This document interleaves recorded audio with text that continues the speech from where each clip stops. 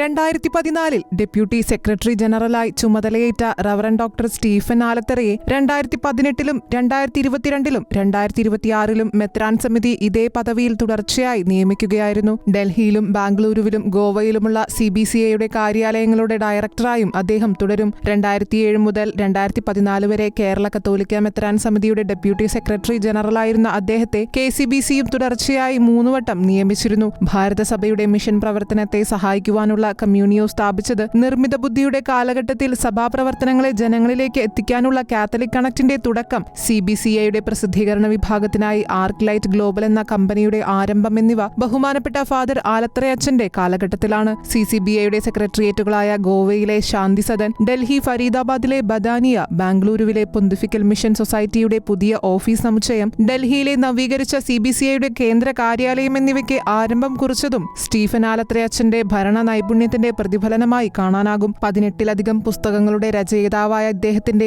മതബോധന ശാസ്ത്രത്തിന് ഒരു ആമുഖമെന്ന ഇംഗ്ലീഷ് ഗ്രന്ഥം ഭാരതത്തിലെയും വിദേശ രാജ്യങ്ങളിലും മേജർ സെമിനാറുകളിൽ പാഠപുസ്തകമാണ്. വരാപ്പുഴ അതിരൂപത വൈദികനായ ഫാദർ സ്റ്റീഫൻ ആലത്തറ ആലുവ മരിയാപുരം ഇടവകാംഗമാണ്.